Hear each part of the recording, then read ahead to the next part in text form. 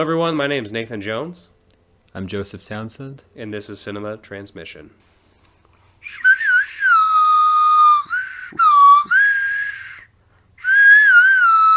That's my terrible, terrible impersonation of a Western. But why I did that was for Clint Eastwood. The last movie that we have both recently seen, actually, is The Mule. That was beautiful. It was a really, really awesome slide whistle that I got as a joke, and now here we are in the first episode of this podcast. That's how you begin things. That's how you begin your first episode of anything, is with how much did that thing cost? So what I did was I had drunkenly bought 16 of these bad boys for $10 on Amazon, and I said, this is going to be good for both good and bad news, and so obviously this is good news. We're starting this podcast, and so yeah, so that's why I carry this slide whistle around with me all the time. I mean, 16 will probably last you a while. Yes, I've already given out some because I want other people to share in the greatness of the slide whistle. Right. Okay. Well, that's generous, I guess. Even though, I don't know, you might end up losing a few and then those be out of them forever. I just need to practice that Clint Eastwood kind of Sergio Leone kind of soundtrack that we had going there. But The Mule, this is something we've recently both seen, and we actually were kind of taken aback by how good it was. Yeah. I thought it was gonna be more or less MAGA porn. Yeah, Clint Eastwood's kind of gone a little that direction. Yeah, that's kind of the vibe that I picked up from it. I wasn't sure how, I don't know. I didn't really know kind of what direction he was coming at it from, but safe to say, after seeing it, I was really surprised, given that it's actually not at all what I expected it to be. It's more kind of the opposite of that in a way. Yeah, he kind of criticizes his generation a little bit there. Yeah. And he's definitely a little bit more live and let live, kind of doing his own thing. He's been doing his, he's been working at this, why can't I think of the name? Where he's growing flowers. Oh, the daylily competition? Yeah, he's been working his entire life, kind of ignoring his family and Working like a mule, and then becomes a drug mule, more or less, for a cartel, and that's kind of just how that movie starts off. But yeah, I was really blown away. Yeah, it was kind of great. I mean, this character is really hard to get behind, but as the film goes along, you kind of understand what he's trying to do with him. But there are some really fantastic scenes in there. There's one scene in particular that sticks out to me where Bradley Cooper and the DEA agents that are going after Clint Eastwood's character, they pull over this this Latino guy who kind of fits the stereotype that they would be looking for, and then they find out that he does not have those attributes at all. Oh, absolutely. Yeah. He just seems like a very he's terrified. A very I'm sure most people who ever get pulled over, that's literally what goes through a lot of people's minds. Yeah, exactly. And that's exactly what that scene was about. Yeah, I thought that was great. I was floored by it, kind of. There are two great scenes that involve law enforcement. The other one where they're at the barbecue place. Oh yeah, yeah. Where he more or less meets who he's looking for. Yeah. Oh no, okay, yeah, okay. Oh wait, yeah. Yes, yeah. I was thinking of a different scene. The one where Clint Eastwood vouches for his more or less handler. Yeah. And he definitely takes it to a new level. Yeah. Yeah. That's a good way. That's a good way of not really diving into it, because this movie is good. People should check it out. Especially if they had kind of thought that it was going to be what I thought it was, because it's different. So I think we should transition from here to a movie that we both watched together, and we both kind of watched a little inebriated. We had a couple drinks, Right. and They're necessary. they were necessary because this movie is Welcome to Marwan. Welcome. Welcome to Marwan. Ah! Man, jeez, Joey, what is this movie about? Let's see. All right. So it's a sequel to Small Soldiers. It's also Toy Story 4, Forrest Gump 2, and Secret Life of Walter Mitty. yeah, one and a half. No, it's about this guy played by Steve Carell who gets assaulted, and he's like a Vietnam vet, and when he is assaulted, he loses his memory. Mm-hmm. And so, in order to help him kind of remember certain things, I guess, he creates these artworks. These action figures. Yeah, using like action figures and dolls who are all characters based on people that he knows in real life. And you see like animated sequences with them, and they're really, really uncomfortable to watch for many reasons. So, based on that plot, it sounds fairly serious. However, the execution is, like Joey was getting to, very sloppy and very uncomfortable. Yeah, it's one of the most awkward things I've ever seen.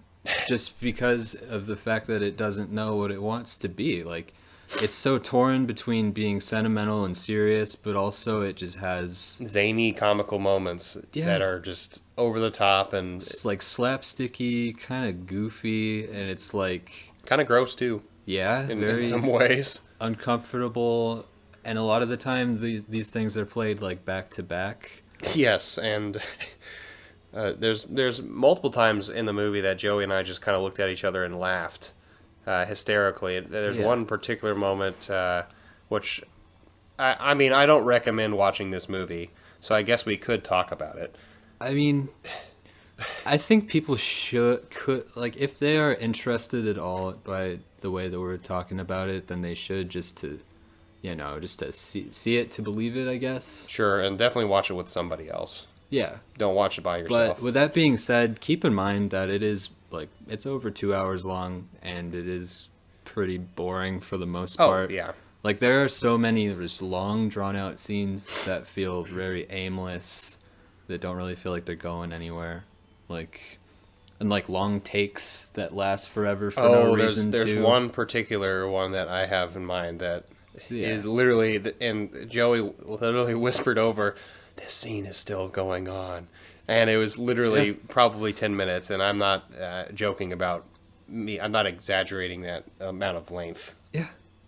It's bananas, everybody. Oh, bananas. But things that aren't bananas, we can talk a little bit about two movies that we saw. One I saw, and another one that you've seen. Right. I saw Green Book, because it finally got released where we're at, and a really limited run. This movie I actually I enjoyed quite a bit, despite all the early controversy that Vigo got under for saying the bad word.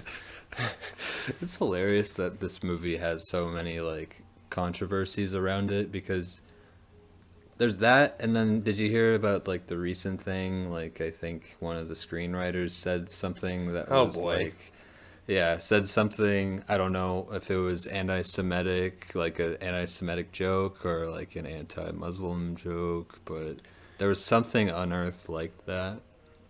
Well, this movie can't escape controversy. However, the movie itself is actually quite nice. So, despite all of the craziness behind the scenes, I would recommend checking this movie out. I'm not going to get any details, though, but it's more or less like a reverse Driving Miss Daisy in a way. And Mahershala Ali is playing a character who is a classically trained pianist in the 1960s, 70s, I think. I can't remember exactly the time period. However, Viggo Mortensen is his driver. He's more or less just an Italian American. He also faces some prejudice in the film, but like a very insignificant compared to the one that Mahershala is facing in the Deep South as they're going through a tour, because that's why he needed a driver.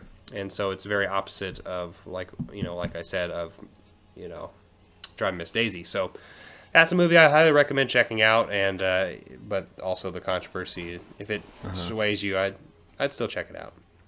I'll probably get around to it at some point.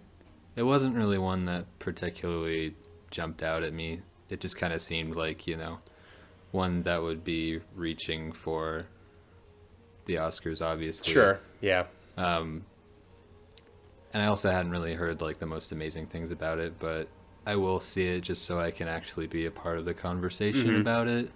But I did hear that is it true that there's a scene in that movie where Viggo Mortensen eats like a whole pizza by like rolling it up? It's like a sandwich. That's a beautiful scene, and it's really brief too. And it's right. it's pretty ridiculous, his eating habits in that movie. That's pretty fascinating. You'll have to watch Viggo eat a whole damn pizza like a sandwich, just fold it in half, and yeah. So what's the movie that you saw that I haven't seen? Well, it's a masterpiece. It was the first film of 2019 that I've seen. That of course is Escape Room. So basically, it is about a group of random people that get this mysterious invitation to go to this like top secret, ultra difficult escape room, and then not too long after that, they find out that it's deadly. It's a killer. It's like the Saw. It's like Saw. Yeah, it's a lot like it's basically like it's a Saw without the gory, gross elements to it. Oh, is it like PG-13? It is PG-13. Oh, they wanted that demographic of teen. Yeah, I get that now. I mean, that's definitely something that made me kind of not really want to see it. But then, the more of the marketing I saw for it, I was just kind of like, oh, this looks pretty crazy, so I might have to. And like, sure enough, I actually had a really good time with it. The fact that it is PG-13, I think they still end up doing a lot with their premise.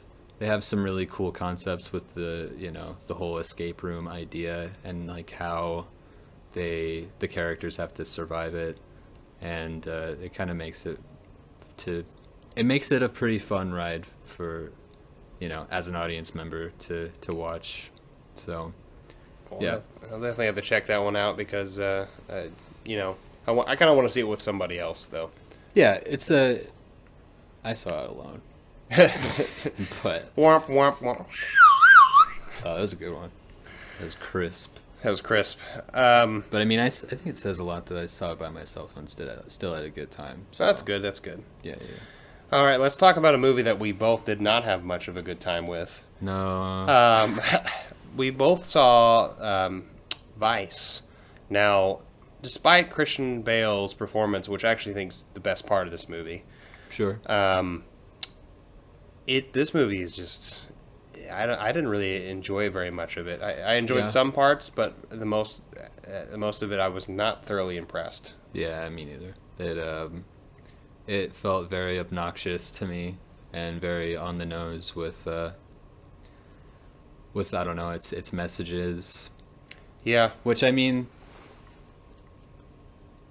it kind of hypes itself up so much in the beginning because of the fact that for some reason Adam McKay, well, I know he did it again because The Big Short was a hit, and like it ended up working out in his favor. Big Short-esque. It's shot that way. He takes the same sort of pseudo documentary approach to it, but this time it just really falls flat, and the way that it kind of, I don't know, the way that it sort of breaks the fourth wall in certain ways is just really, my eyes were rolling. Yeah, there's a lot. There's some.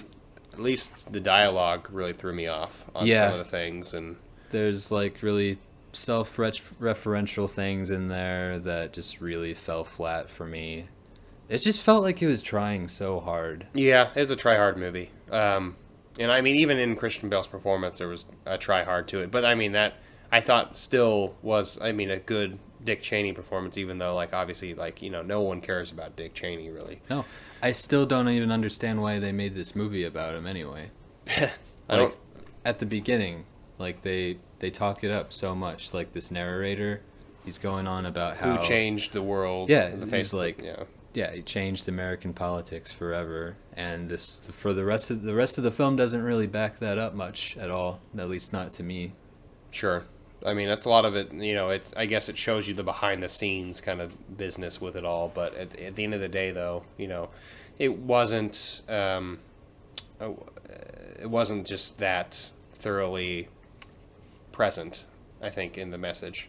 Yeah, it wasn't at all. So let's stop talking about negative stuff and talk about literally the last movie we both seen and we're both blown away by. Yeah. Because it finally came to theaters around us, and that is If Beale Street Could Talk. Yes. I was just astonished by this amazing love story with a fantastic score, amazing performances. You can definitely tell it was directed by Barry Jenkins, Yes. who had a tender care for this movie, I think. Yeah. He definitely brought that with Moonlight, and while Beale Street is obviously very...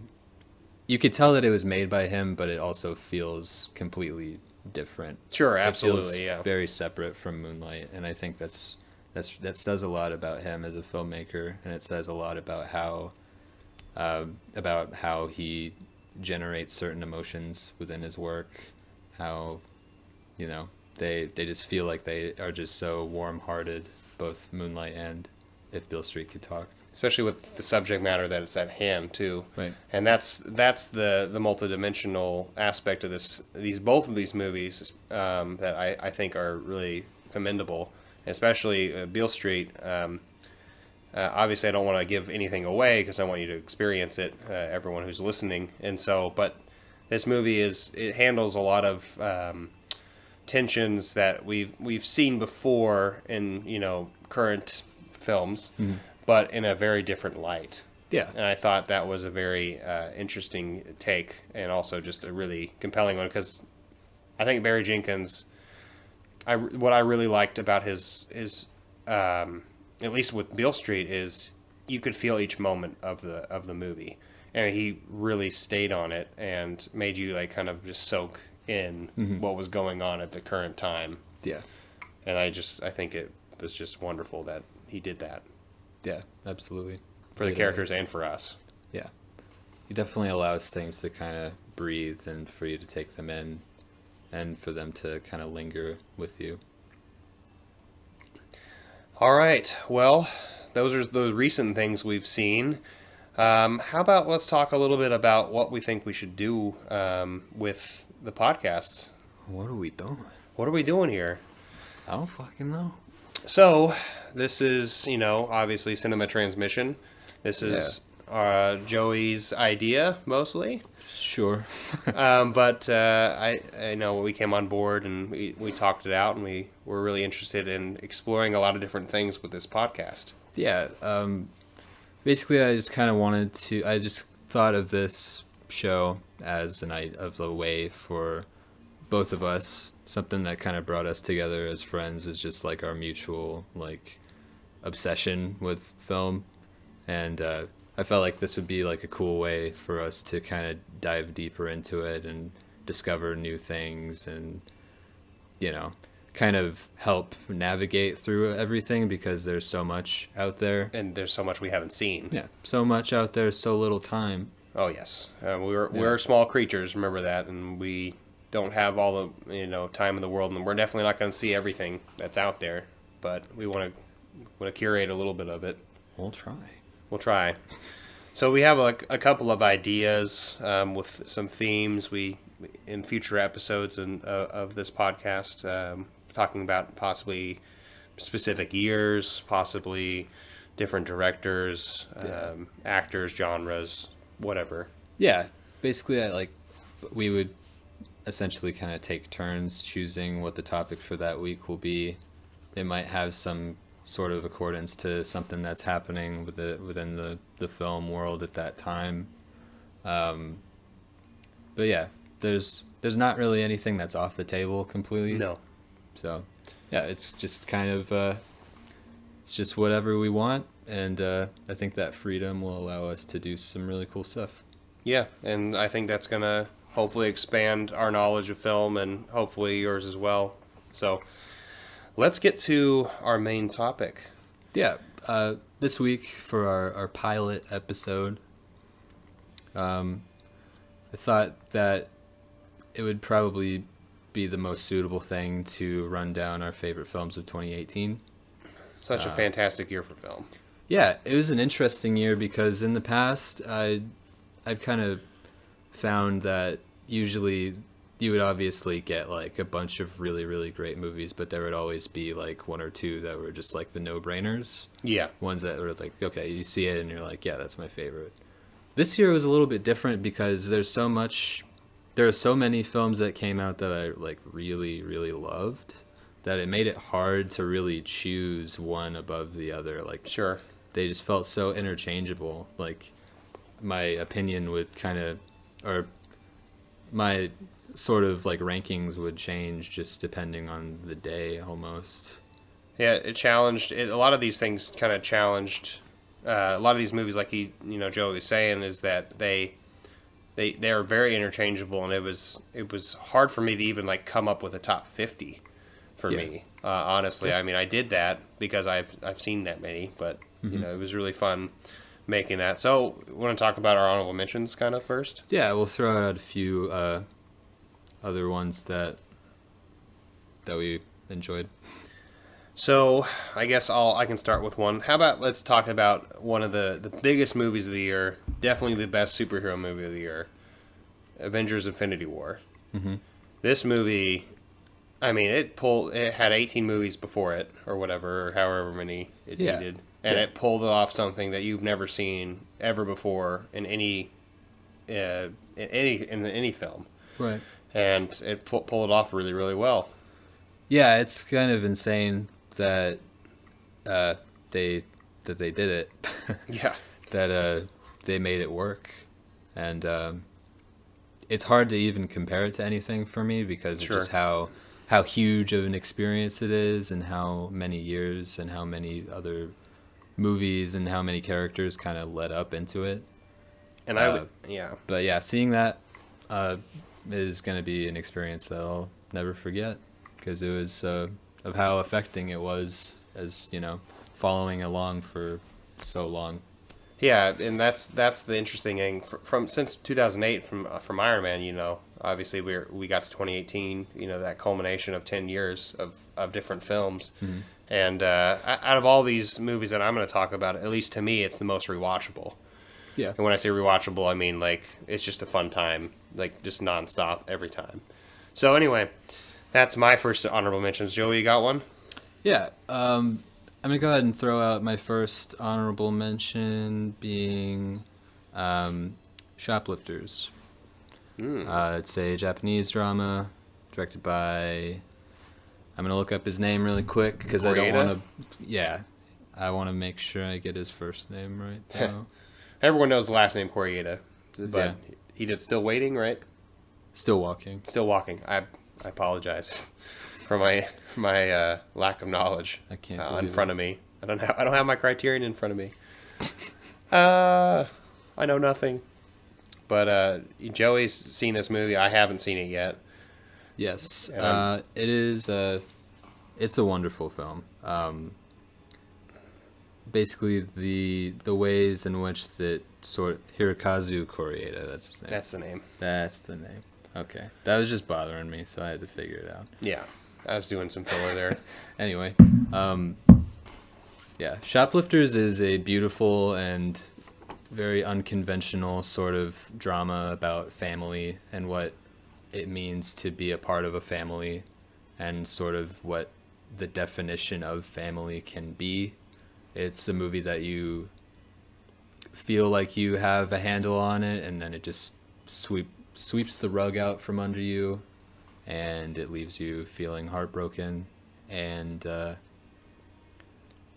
yeah, it's definitely, on paper, it's the kind of story that could be seen or could be interpreted in a very sentimental, sort of showy way, but Koreeda just tells it so delicately and in such a nuanced way. It's just deeply affecting, and it's one that will stick with me for a long time.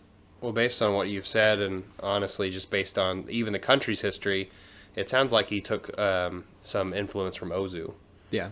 And so, because I know Ozu has a lot to do with family dynamics. And yeah, so anyway, I'm really, really looking forward to Shoplifters. I know it's going to play around here very soon, and so that'll be a very nice treat. Yeah, definitely. All right, my second honorable mention is a really, really charming film that I finally watched both the first and second this year, and that is Paddington 2. I still haven't seen either of them. Now, Joey hasn't seen either of them, but I finally broke down because I've been told how good these films are. Broke down? I broke down. Crying? I just started crying. I mean, I did cry a little bit during these movies. Oh, okay. Because they're so charming. Obviously, I'm not going to get into the details, but Paddington 2 just continues the adventures of Paddington Bear. This is more of a British equivalent to like Winnie the Pooh for myself. Obviously, Winnie the Pooh is also British, but for Americans, Winnie the Pooh is kind of a bigger deal when I was growing up. But I obviously knew what Paddington Bear was. But it's just a really great film that has so many different layers of depth to it that it'll make you smile. Obviously, like I said, it'll make you cry. It'll make you just immensely happy, and it's one of those just really fun adventures, and it's just really surprising how well a sequel is to an already really great film. So that is Paddington 2 for me. Okay. My next honorable mention is Yorgos Lanthimos' The Favorite, which is actually my number 6. And okay, so we'll definitely dive into that one a little bit more later. Yeah, but yeah, let's save that for right now. All right. Well, my last honorable mention is a movie by first-time director Bo Burnham, and that is 8th Grade. Okay. And I absolutely loved how accurate this movie was to the 8th grade experience. Yeah, I don't think Burnham could have done a better job with that, conveying like the terror of adolescence. Yeah, especially you can definitely tell with Elsie Fisher, who plays our main character Kayla, who is kind of similar to me, at least, and I'm thinking this right now because I have a YouTube channel myself, and so it a lot of the awkwardness of her shooting and also doing this right now is just very real, but besides that, just that whole time period, especially, I thought it was really interesting that Bo decided to do the current time period. Yeah. And critique a lot of the generation that's growing up with all of this technology and where all this anxiety is built up. Yeah, and kind of the loneliness that comes from that too. In addition to what we've already experienced in 8th grade, where I remember in 8th grade I had like a razor phone. Yeah. So it was very different. Social media wasn't as present then. And so it's really interesting seeing that awful time period that existed for pretty much everybody added on to it with social media. Yeah, it makes it just even worse. Yeah, it's a scary movie, but it's an amazing one.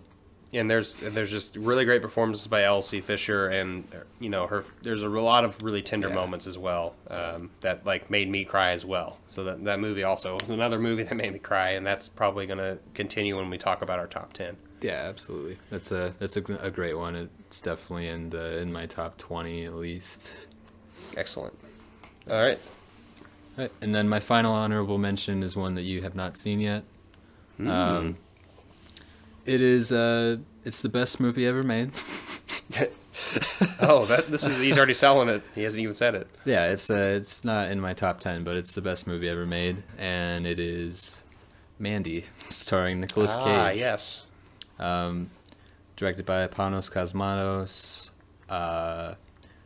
This film is one of the rare occasions where something is just is made and just a story that's told in such a way that it just, like, for me personally, I just felt like I was seen, I guess.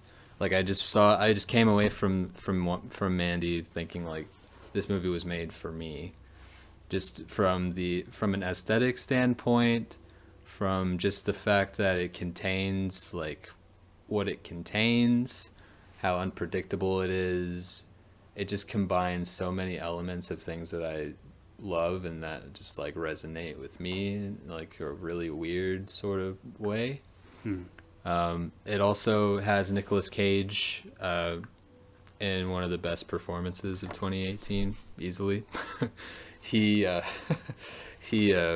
incredible in it, which I know that at this point it's hard to really imagine Nicolas Cage doing something incredible. Yeah, Sure. yeah, or at least in a legitimate way. But I believe that he legitimately, like, he is, like, unreal in this film, and yeah, it's a powerful one, and it's also the final score from Johan Johansson, Which, yeah, I know about. That's and his work on that is just outstanding, as you can imagine, because of how talented he was. Sicario. Did he do Sicario? Yeah, Sicario, Arrival. Yeah. A lot of the why am I blanking right now? Denis Villeneuve. Yes. Work he's done a lot of stuff with. So Yeah. well, you've sold Mandy. Yeah, it's perfect. Well, I'll definitely have to watch that movie. And I already talked to Joey about it, but I had my reservations, but now I feel like they've been challenged a little bit, and so I will watch this film a little with an open mind. Yeah, I'd be curious to know what you'd make of it. Yeah. All right. Well, that means we have a couple of things I kind of want to mention for like a second. And there's a couple of movies that Joey and I have not seen yet because they have not been here yet. Yeah, we live in a field in the middle of nowhere. There's one screen movie theater that plays one movie per day, and that's how we've seen these. Yes, but there's two movies that this field has not screened yet, and they are two foreign films that we're really looking forward to, and that is Burning, Yeah. and then that is also Cold War. Yeah. And so obviously, that's a Korean film and a Polish film. Yeah. And so we're really looking forward to both of these movies, and we both know the directors pretty well. Yeah, Pavel Pawlikowski directed Ida previously, and then Cold War is his new film, which I love Ida. I think that one's phenomenal. I just recently picked it up on Blu-ray myself, so I can't wait to see that. Yeah, and I've heard nothing but amazing stuff about Burning, and I don't know a whole lot about it, but I understand that that's kind of the best way to go into that sort of movie. Yeah. So yeah, those two are definitely ones that have a good chance of being contenders. Yeah. So those are, like Joey was saying, those are things that we could possibly see in our honorable mentions or our top 10 maybe in the future. But as of right now, we have our top 10, and so that means we're getting to our list now. Okay. So, let's compare lists because we're gonna start talking a little bit about the films that we really, really enjoyed. Okay. All right, so it looks like my number 10 has not made any of his, so I can talk about it. So my number 10 was a Netflix movie directed by the Coen brothers. This is one that I still need to see. And that is The Ballad of Buster Scruggs. Apparently Joey hasn't seen it yet, and that's perfectly fine because Joey has plenty of things I haven't seen on. I mean, it's not perfectly fine though, because it's a new Coen brothers film that has been available for me to watch for months, Sure. And I have not watched it yet. Yeah, that's so that's true. not okay at all. That's not okay. Yeah. That's Joey messing up and missing out on Buster Scruggs. It's me slipping on a banana peel. But I won't get too much into it because obviously I want you to watch it, the audience and Joey. Yeah. And so, but Buster Scruggs is 6 different short stories that... He dropped his whistle. I dropped my whistle. 6 different short stories, and one of them involving Buster Scruggs himself. He's a singing cowboy, but there's a lot of different amazing actors and actresses in this movie. Tom Waits being one of them. James Franco's in it, randomly, and there's a lot of different people in this movie. But it's very Coen Brothers-esque. It feels like it's a mixture of Oh Brother, Where Art Thou meets No Country for Old Men. And so you have, the flavor, I guess, array of Coen Brothers, and that's what makes this movie so great. It's got very comedic moments and very serious and dark moments that make them, the things that they do best. Yeah. And so Ballad of Buster Scruggs is my number 10 pick for my favorite movies of 2018. Damn. All right. I need to get on that. I don't know. Get on that train. I don't know. All right. So we're gonna start off my list at number 10. We have Spike Lee's Black Klansman. This movie just was a knockout for me when I first saw it. Wonderful film. Yeah. It's one of those rare retellings of a true story that actually recontextualizes itself into modern times, which, we just talked about Vice, and that's a movie that kind of fails miserably at trying to do that. This does the exact opposite, where it pulls it off very smoothly and also in a very timely, and it actually feels like it has a purpose. Yes, it has purpose, and it's also told by some really great performances. John David Washington and Adam Driver are both phenomenal. They really kind of carry this thing, and you really are invested in what they're trying to do, and their whole situation infiltrating the Ku Klux Klan. in very comical and serious ways. Yeah, it also is able to kind of toy around with tone really, really well. It kind of goes between being suspenseful and also being really silly, but it doesn't feel like it's, off-putting at all. Oh, no. It totally works. Yeah, I was blown away by, both Adam Driver and John David Washington's performance, and also several other cameos that we won't mention, but there's just a lot of, like we were saying, silly moments that kind of just make you did that really just happen? Yeah. And then also some moments where, you're like, okay, this is very serious, and it's something that makes me confront a lot of the realities of what's going on today. Yeah. So I thought that's a brilliant movie, and I think Spike Lee I think this is probably one of the best movies he's ever made. Yeah, he's definitely a director that I need to be more well acquainted with. So that's a good idea for an episode at some point. Yeah, we can definitely talk about Spike Lee. All right. Anything else about Black Klansman? Let's go ahead and move on. All right, my number 9 is a big pick for him as well. It's my number 4.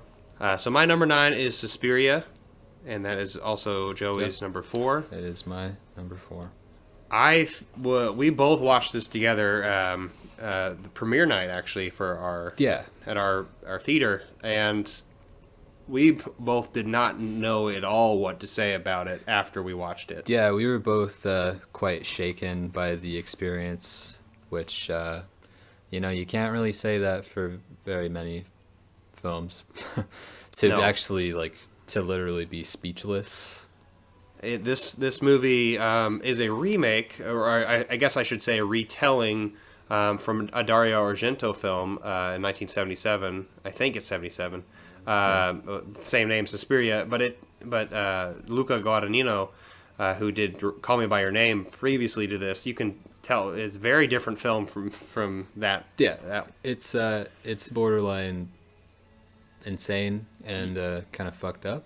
Oh, very. That he was able to do both of those just within the span of a year. Yeah, the tones are very different, and but both of them are, and at least in my opinion, masterpieces. Yeah. And like I was saying with the original, this one takes very artistic liberty different artistic liberty because the original is an Italian Gio film. Giallo. Can never pronounce it. But this one is definitely more of a historical supernatural combination of just a lot of different things that are really hard to explain. Like we said, we couldn't explain it. Yeah, it's completely its own. It's in its own realm, is where Suspiria exists. It left me. It had me feeling like nauseated, just repulsed, adrenalized. That's not a word, but whatever. Yeah. Well, I had the same gut-wrenching feelings, except I also felt like, with Tom York's music, I honestly felt moments of like clarity and like breath. Yeah. I could breathe a little bit. This is like it's a just down to the bone, just completely ugly film, but there are actual moments of real like serenity and beauty within that ugliness, which is perfect for overall what the film does and what it's kind of saying. And I honestly love the theme of femininity in this film, and it just has complete control over that aspect. And so I thought that was a brilliant take for this film. Yeah, it was completely an unexpected one too, but it's something that shouldn't have worked probably, but it is pretty divisive, but I think it is outstanding and something that will, no matter how much I wish I could, it will never escape my mind. Absolutely not. Yeah. So I know, just like what Joey was saying, it's a very divisive film. So you may not like it, whoever's listening to this, but we both were blown away by this movie. So that's why it's on our lists. All right. What about your number 9? My number 9 is a tiny little one called Madeline's Madeline. It is directed by Josephine Decker. It is basically sort of a coming-of-age drama about a young girl. She's a teenager, actually. I guess that's still young. Whatever. I don't know. Who sort of has this built-up angst driven by her sort of tumultuous relationship with her mother, and she finds an outlet in this performance art group that she joins. And the film kind of follows about how her relationship with her mother and with her instructor at the performance art troupe, sort of those relationships, and the decision to make Madeline the focus of the troupe's next project, and sort of the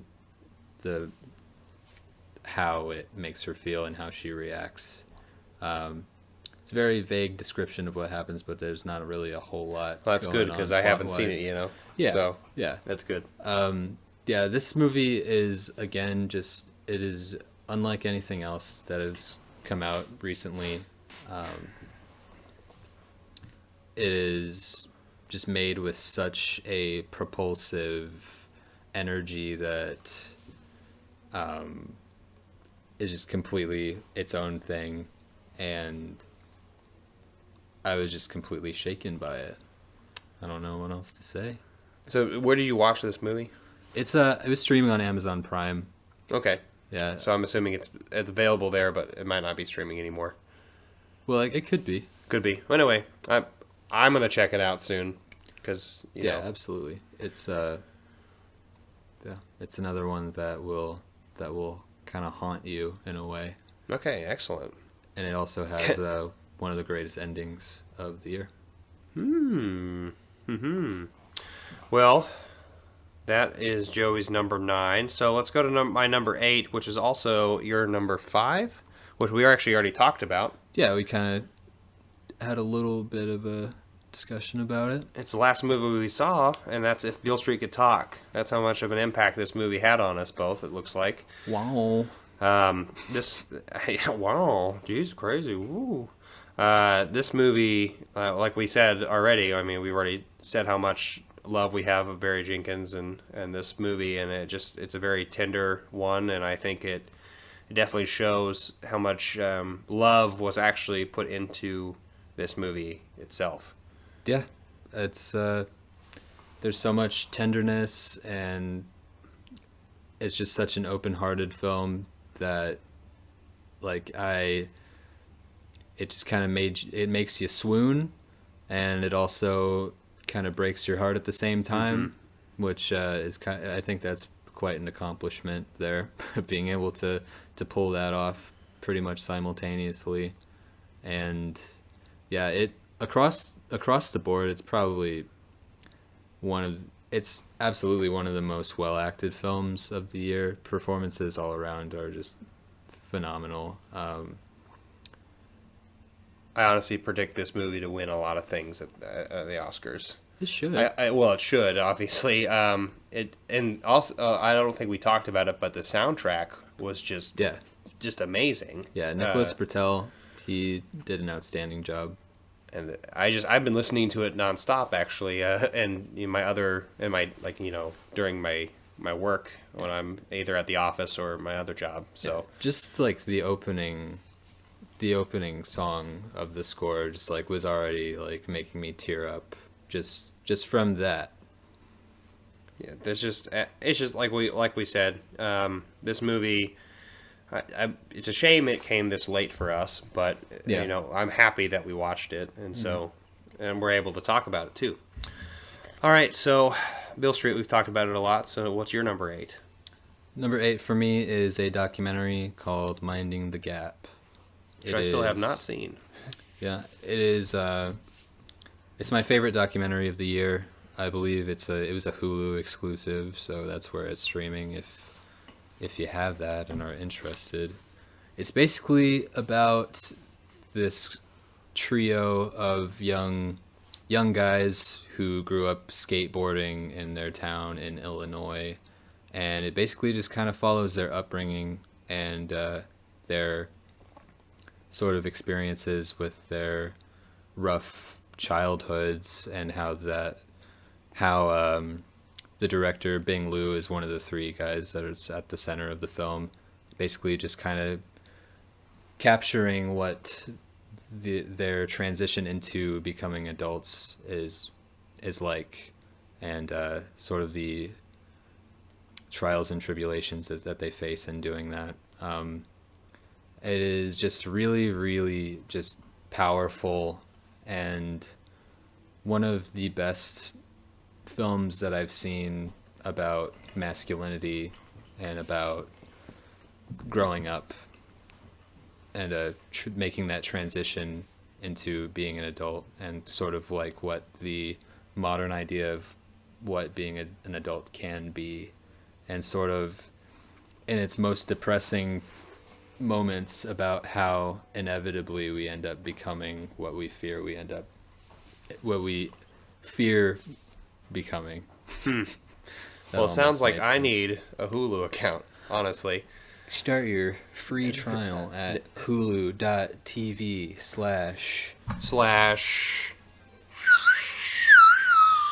This is the bit that I'm going to be doing a lot, apparently. It's going to be the story of how we had one listener and then they bailed. They bailed because of the slide whistle.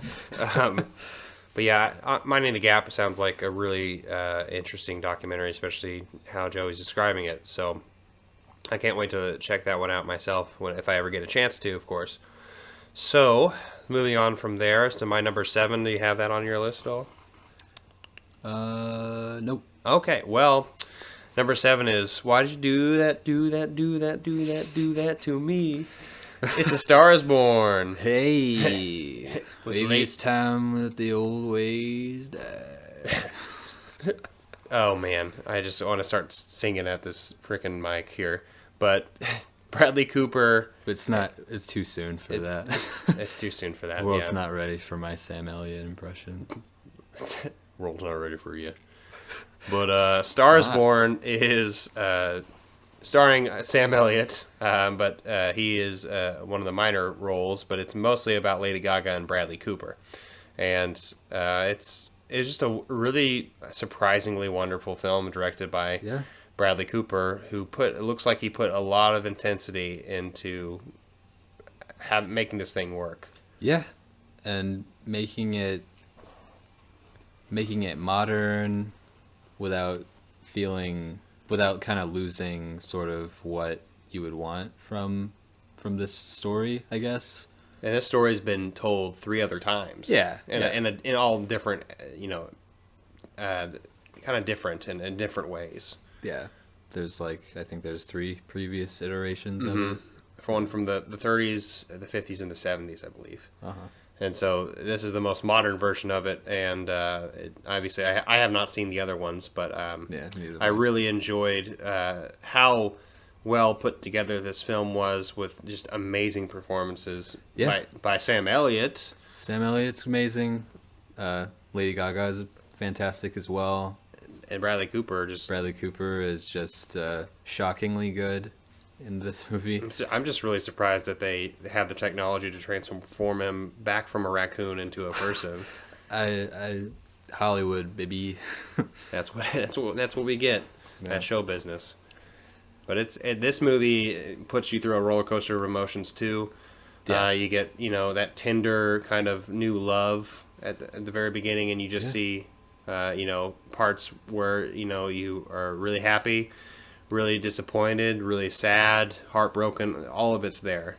Yeah, it feels like the kind of drama that you don't really see get made anymore. At least not by a big studio. No.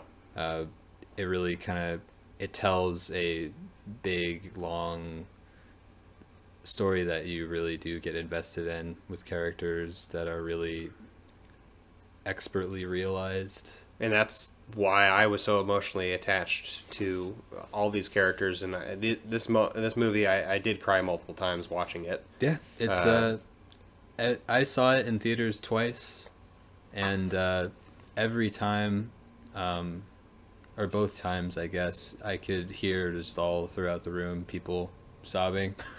And it's very rare for there to be a film that really impacts people collectively like that.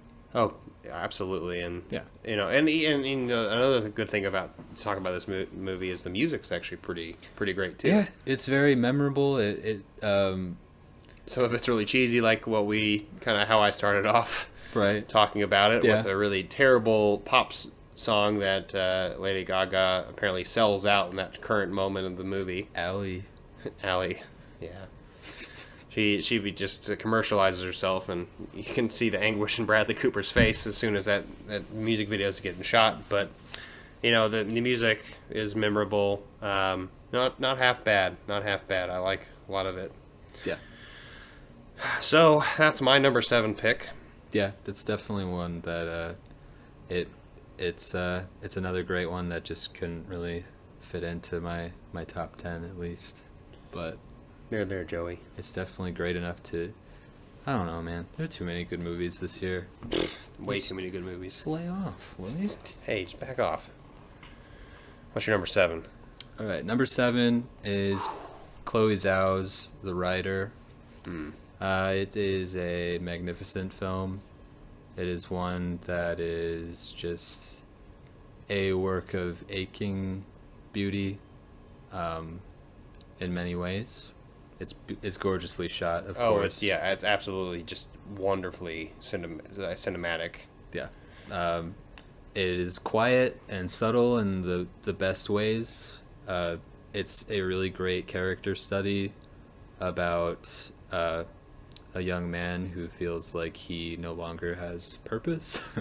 and honestly, society kind of reflects that too in the film. Yeah, it takes a look at a culture that you often don't really... It shows you a side of, Western culture that you don't really see but you feel the rawness of it, and you just get captured by it. I don't really know how else to say it. It's honestly, you have to experience it yourself. It's not something we can describe. This movie, Joey had saw it earlier last year, and it took me a long time to finally watch it, but I watched it near the end of the year because I own it on Blu-ray, and I was just, I watched it, and now I understood why Joey had been talking about it this whole entire time, is because it's just how powerful this movie is, just on so many different levels. And just immediately it struck me. It's just it's art. I'd say go buy it on Blu-ray right now, because that's something that I was really just and I know we already talked a little bit about it, but like the cinematography, it reminds me of Terrence Malick a little bit. And I know that comparison has been thrown around a lot from a lot of people, but it does show. It is warranted here because, like, she really captures like the serenity of those environments. Like, there's that one shot of I believe his name is Brady. Yeah, Brady. Yeah, Brady Gendreau is his name. Yeah, the actor's name.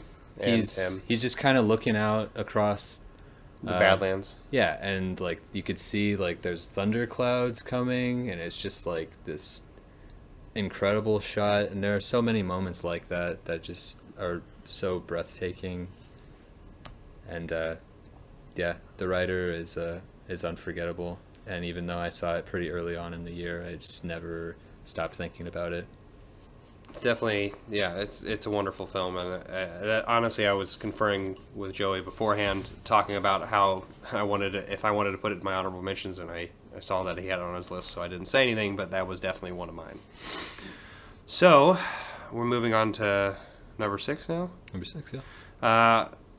Joey actually already mentioned it a little bit in his honorable mentions, and that's The Favorite for me. The Favorite, Yorgos Lanthimos, that Greek man who has brought us fun films like Dogtooth, The Lobster, and also Killing of Sacred Deer. They're a lot of fun. A lot of fun films. You watch them with your grandma, and she will love it very much. She will still love you too.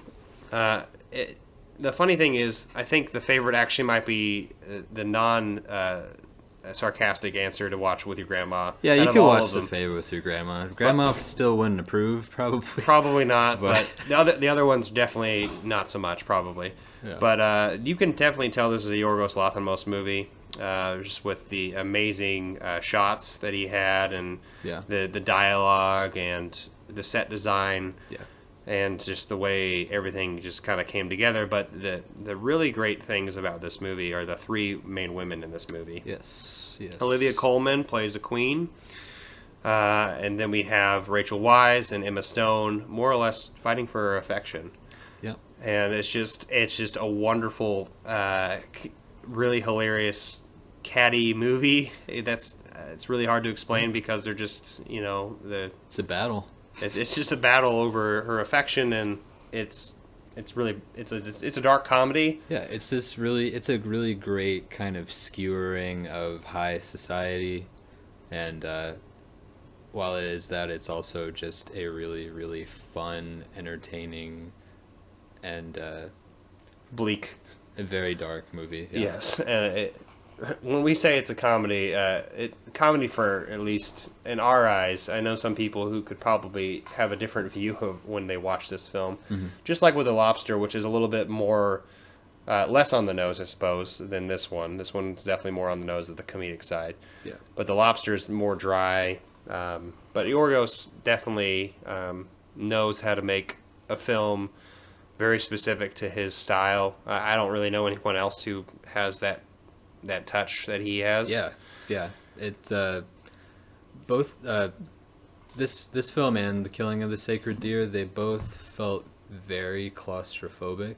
Yes. And that's something that I don't really see very often, or at least that word doesn't really come to mind. But yeah, just the way The Favorite is shot and the way that the killing of a sacred deer was shot is just like really, it's unnerving in a way that is just his own, or like a way that he has made his own.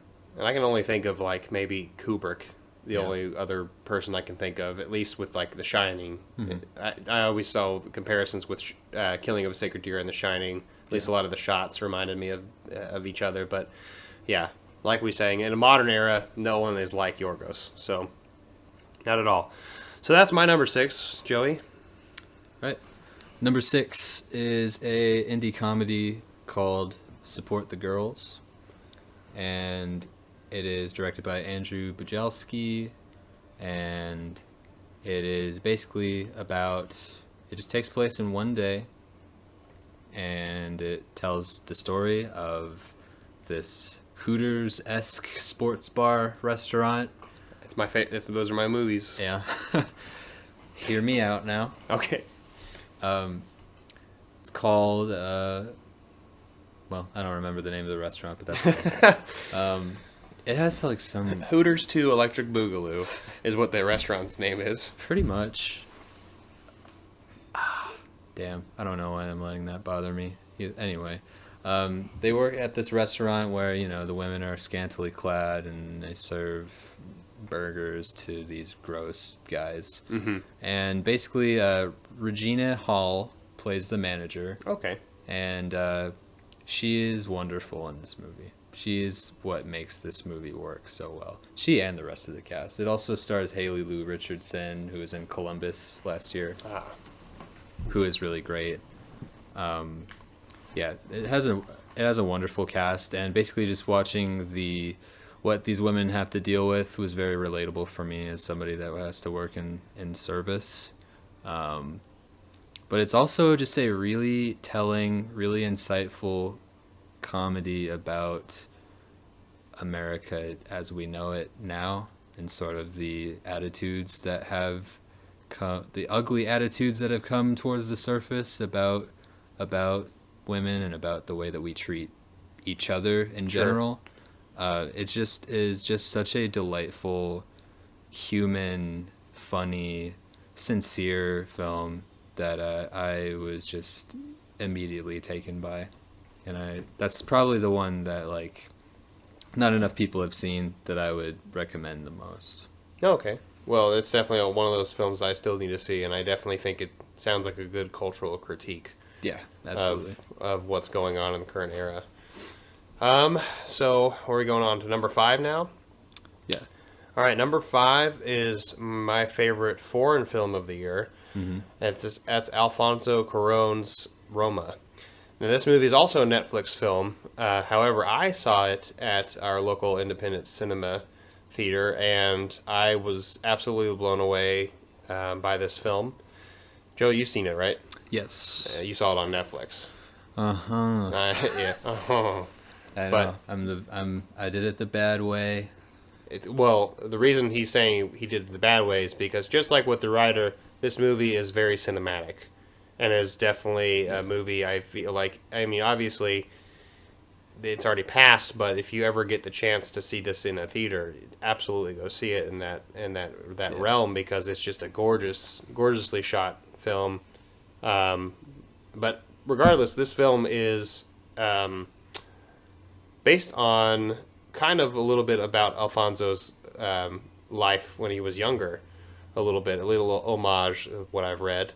And of just this one particular woman who is more or less a maid for this kind of rich family in Mexico. Mm-hmm. And this family is definitely broken in different ways. And it just goes through a lot of different time periods for her, and her experiences with the family and her own experiences with love, with loss, and just all sorts of different things that permeate throughout this film. It's a long one, but it's definitely worth the runtime, because there's just so much to it. And there's, at least in my eyes, 4 or 5 scenes that have burned into my mind. Yeah, this Roma is just so heartbreaking.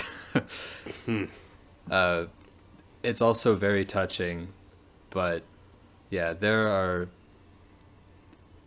Alfonso Cuarón with this film. He really kind of weaves a tapestry of so many different emotions and so many different modes. Like there are scenes that are really deeply suspenseful, that are lush and kind of serene. He does so much within just, this sort of recollection of memories that he committed to celluloid, that it feels like a singular vision that could have only been told by him, and I really appreciated how personal it felt. I mean, this is the guy who did Gravity beforehand, so it's so different. It's so drastically different, and like Joey was saying, it feels like one cohesive piece of work. And the thing is, it is long, yes, and it does it's a slow burn of a film. However, it doesn't waste any time. No. At all. And that's what is so lovely about it. Yeah. And so, obviously, you can go watch it on Netflix now. If you haven't got a really good system, I hope you are able to see the glorious way that he just made this film. And it just felt like a really personal one, too. Mm-hmm. So, that's my number 5 is Roma. Or you could, just go outside on a sunny day and lay down on the grass and watch it on your phone. Sure, that actually would be a really nice treat. Yeah, that was kind of going to be a joke, but that it kind of actually does sound nice. That doesn't sound too bad. That doesn't sound too bad, honestly. Maybe that's the way that you're supposed to see it all along. We figured it out after an hour. We know. Don't go to the movies ever again. Don't ever just watch it on your phone. Come on. We'll go outside. So your number 5 we've already talked about, right? Yes, that was Beale Street. Okay, and then so I guess we'll go to number 4 then? Yeah. All right, number 4 for me was, in my opinion, probably strictly horror. My favorite horror movie of the year when I say strictly horror. Mm-hmm. And I say that is, it's also the directorial debut by Ari Aster, and that is Hereditary. This movie was just amazing. I loved every aspect of it. Once again, the really thematic nature of a slow burn. It's a slow burn of a film that has lots of jolt to it because there's a lot of moments that you don't expect coming that happen. Yeah. And the performances of this movie are just off the wall. Right. If Toni Collette does not get an Oscar nomination for this or a win, I have no idea why she wasn't even considered in the Golden Globes, because it's just phenomenal. Yeah, she's like unbelievable in this, and Hereditary is, I don't think I can ever recall another time where I saw a movie and it made me feel the way that Hereditary did. It is painful. Like, it is a movie that aims to hurt you, and it succeeds very much. Yeah, and it's obviously I described it as a horror movie. That is both in the psychological and the supernatural sense. Yeah. And when I say psychological, I mean this movie deals with mental health in a way that seems extremely real for a lot of people. People who have had familial issues, this might actually have some triggering aspects to it. And then obviously the supernatural is why I enjoy it, but it, like Joey says, it is a film that will definitely hurt you in some capacity. Yeah, but in doing that, it is one of the boldest films of the year by far. It accomplishes that. It's scary in a way that kind of transcends what people that enjoy horror films thought that scary means. It was definitely and it was also very split for the audiences. Yeah, it's very divisive. People were not really sure what to make of experiencing this, letting it happen to them. But yeah, it's one that is unshakable. And just like we were talking about with Roma and Beale Street and Suspiria and all the other movies we've talked about, this movie, and The Rider as well, this movie is gorgeous. Yeah. This movie is shot in a very particular and like very articulate way. And like the unsettling feeling is definitely in the camera work as well. And you can tell how particular this film is. And just from the opening shot of that small little, house. Yeah, the dollhouse. That dollhouse into the very end with the tree house. Mm-hmm. And so it's really unnerving and is going to be a film that's probably going to be it's been marketed as kind of like the newest Exorcist, and I can understand why it's done that, because it'll be legendary in 20 years. Yeah, it is. It's a instant classic for sure. All right, so number 4 for you is another movie I think we talked about. Yeah, it was Suspiria. Okay, so I guess, sorry to go on with another one, but God damn it.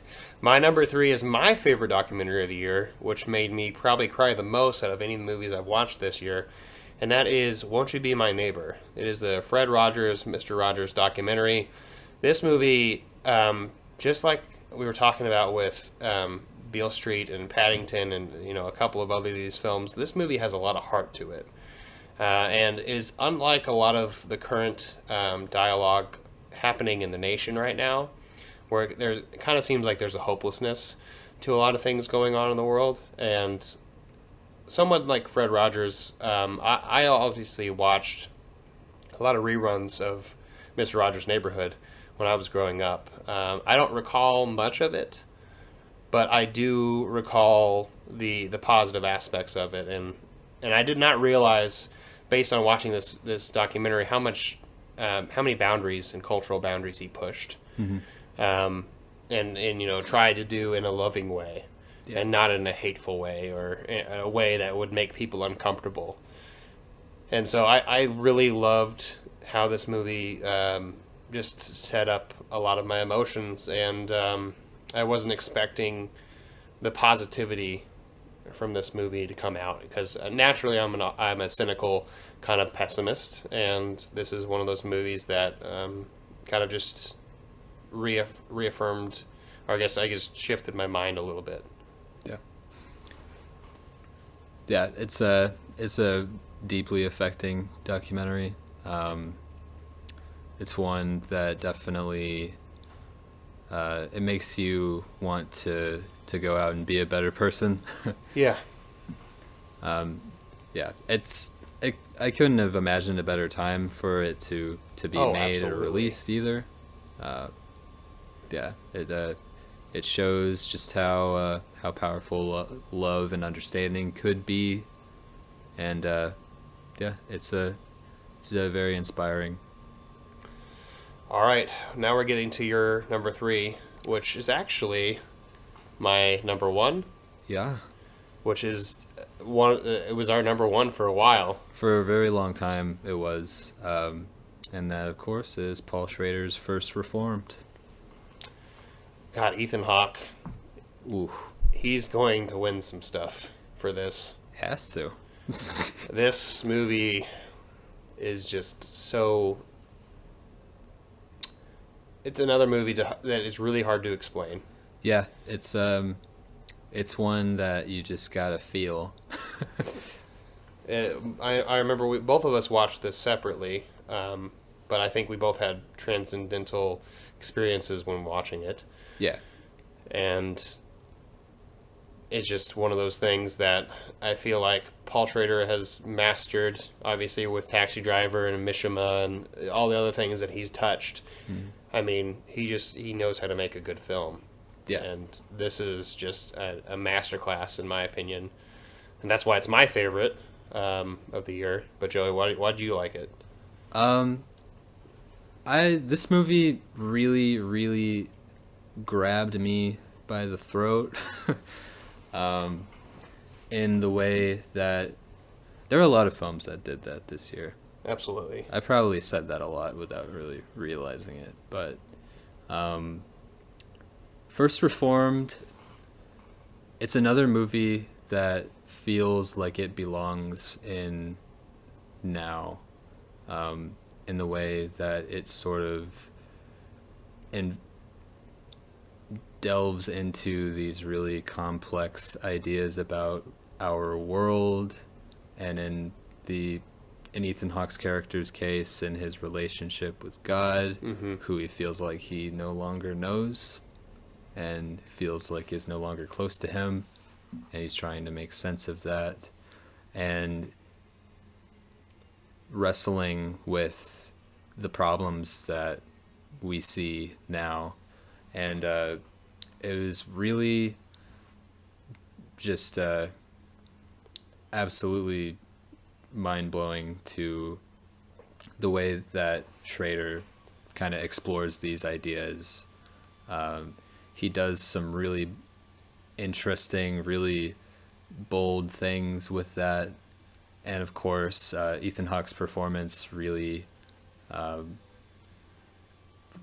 of carries those ideas, and without him, like, he just makes it. Yeah, and honestly, I'm going to say this, and I'm sure this has been echoed many times, but I think Ethan Hawke is probably one of the most underrated actors and currently working today. I think he deserves way more than he gets. Obviously, he's in a lot of amazing films, but his performance, he narrates his struggles as he's writing it down. You kind of get that from the very first scene, where he's like, I'm going to write down my thoughts. I'm having a lot of having a lot of faith issues right now. I don't exactly know what's going on. He's an alcoholic. He's got a fractured relationship with his former wife, which I obviously don't want to get too much into, because there's some other things that I want you as an audience member to watch from this film. But it's just there's a lot of moments that are very cinematic as well. And I love the aspect ratio of how this movie was shot.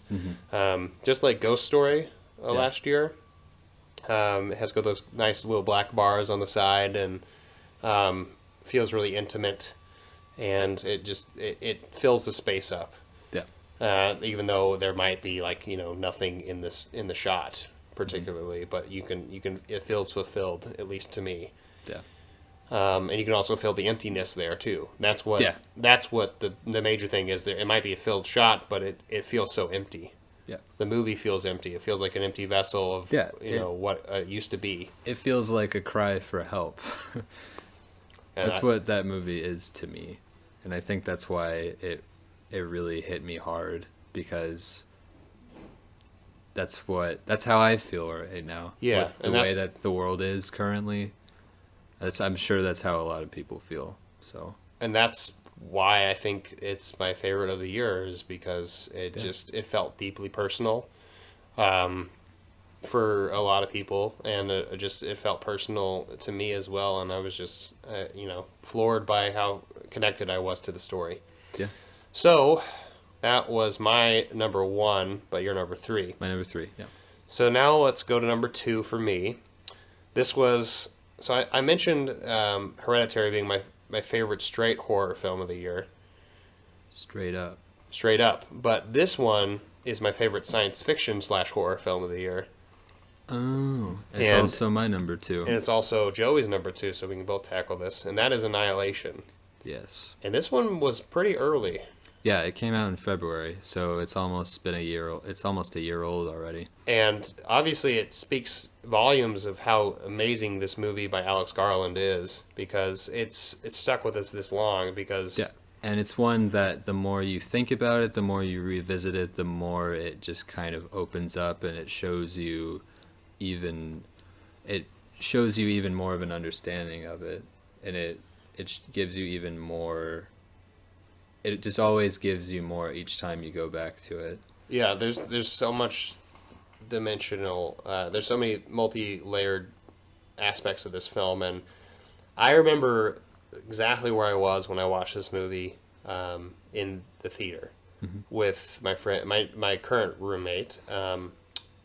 We both looked at each other in horror at several moments of this movie. Yeah, because I hadn't felt this way in a long time, actually, before, because this is before Hereditary came out, but I haven't really felt this way since I watched The Witch, with certain moments of just super uncomfortability. It's another one of the really, really intense, really striking, unnerving films from a year that was full of those. This, as we can already, we've talked about this for a long time now, but this year is filled with movies that grab you by the throat and like show you the reality of, obviously these are fictional, but a lot of this stuff is very real as well, and that's what makes them so impactful. And that's Annihilation. We have an all-star female cast with Oscar Isaac as well.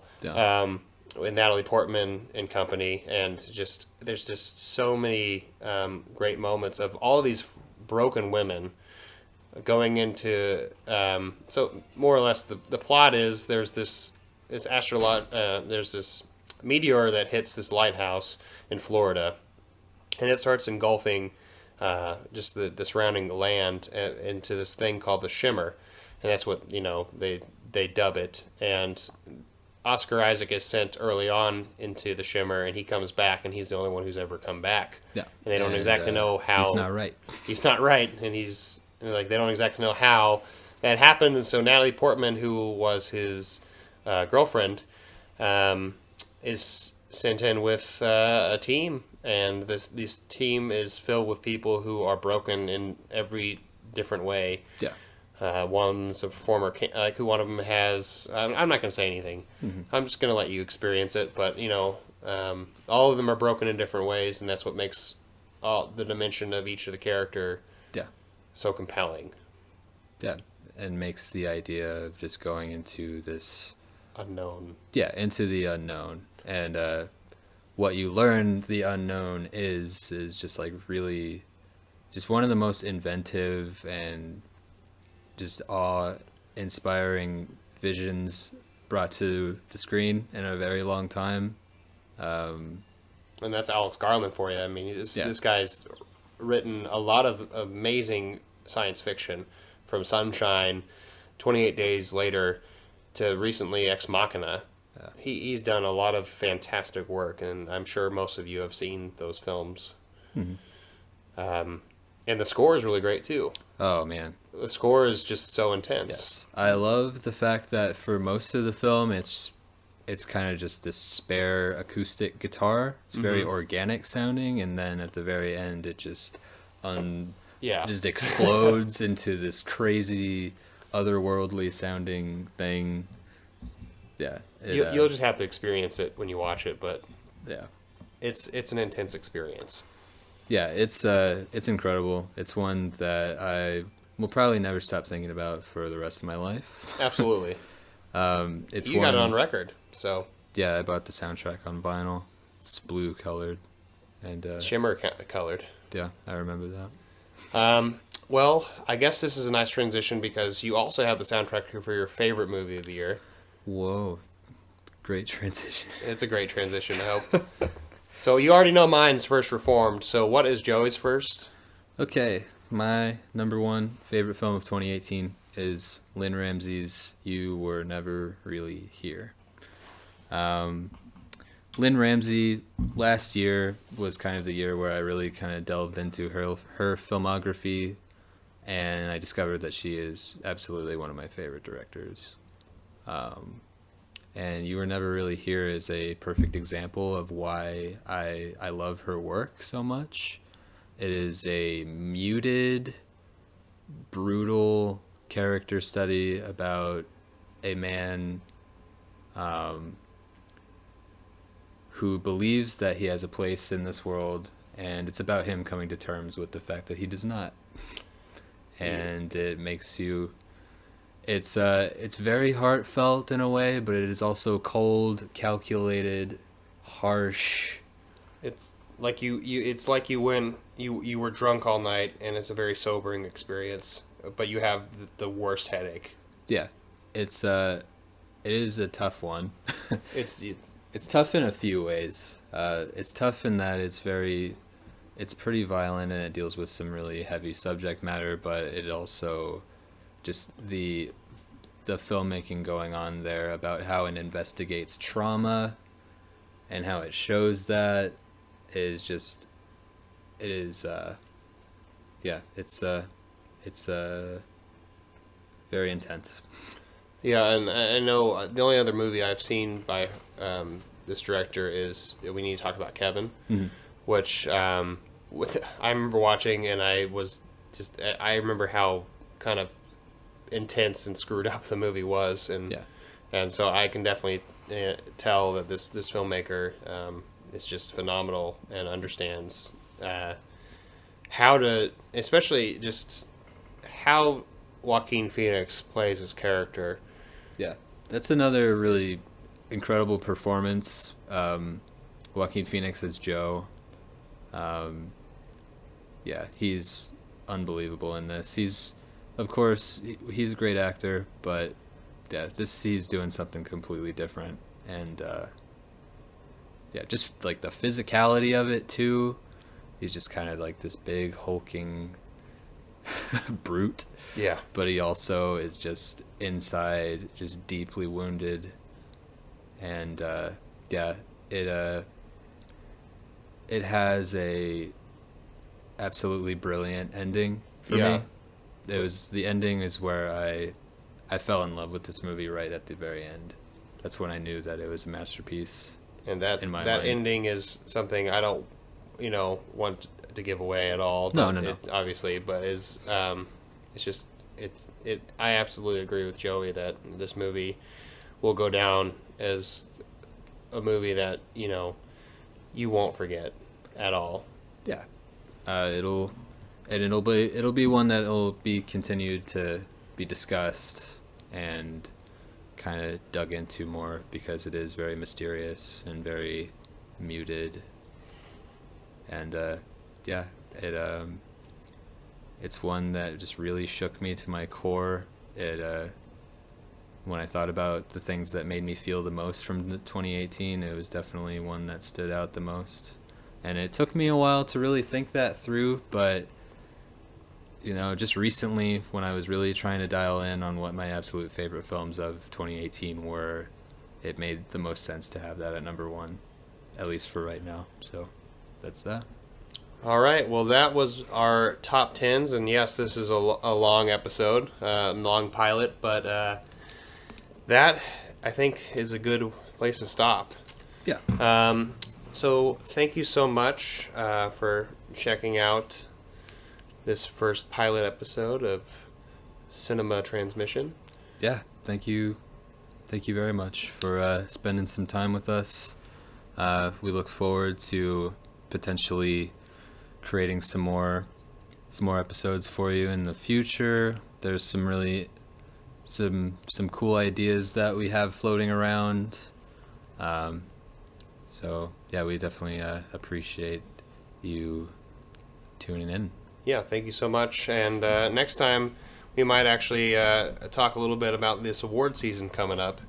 And so hopefully, obviously, we don't want to talk too much about who's going to win and what's going to happen, but these are some things that we're interested in. And we're definitely going to be kind of talking about those performances of 2018 that we really, really enjoyed, and those films that we really, really enjoyed again. All right, well, that's us signing off.